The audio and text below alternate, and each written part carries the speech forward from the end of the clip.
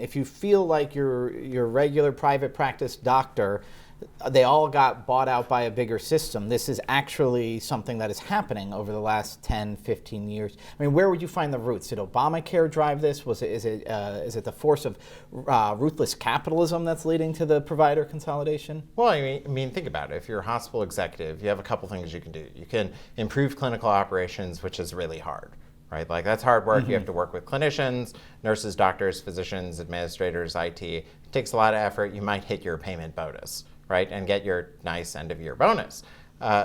Or you could just buy a bunch of outpatient practices and jack up their rates and increase your revenue and make your P&L look better, or you could buy your largest competitor in your market.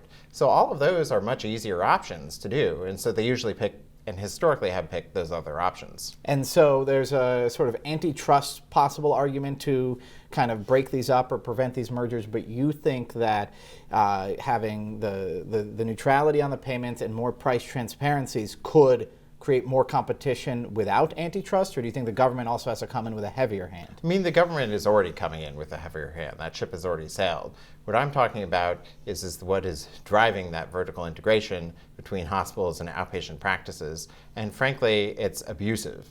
I would put it in the fraud, waste, and abuse category, because you're charging more for a service that someone could get elsewhere for 25 or 30% less.